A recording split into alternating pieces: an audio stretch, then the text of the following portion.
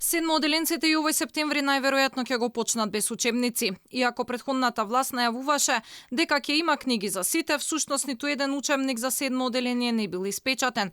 Голем дел не биле одобрени, а дел не се воопшто напишани, обелодени министерката за образование Весна Јаневска. Деновиве траат разговорите со Бирото за развој на образование за да се најде алтернатива. Едниот предлог е да се учи по старите учебници, но ќе мора да се провери дали одговараат на концепцијата. Ниту еден учебник за седмо оделение не е даден во печат. Не само што не се дадени во печат, огромен број од нив не се одобрени. Некои не се ни напишани, значи не е креиран учебникот, некои не поминале рецензија.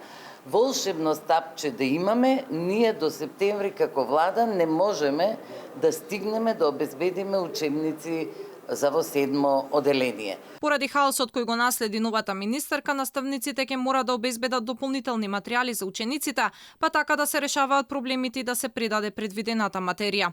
Доколку законското решение во моментов не дозволи да се постапи поинаку, учениците од 7, 8 и 9 оделение ќе учат како и досега. Имаме едно образложение од Бирото дека се прилично компатибилни, освен за 2 до 3 теми за кои може да се направат наставни материјали. Доколку законското решение не дозволува ништо поинаку, ние ќе ја одложиме концепцијата на извесен период за учениците 7, 8 и 9 да имаат учебници. При тоа мора да знаеме, наставниците тоа го знаат, тие мора да се спремни да предаваат и по наставна програма. Проблемите во образованието не се само кај основците, паралелно се бара решение и за студентите на Финки.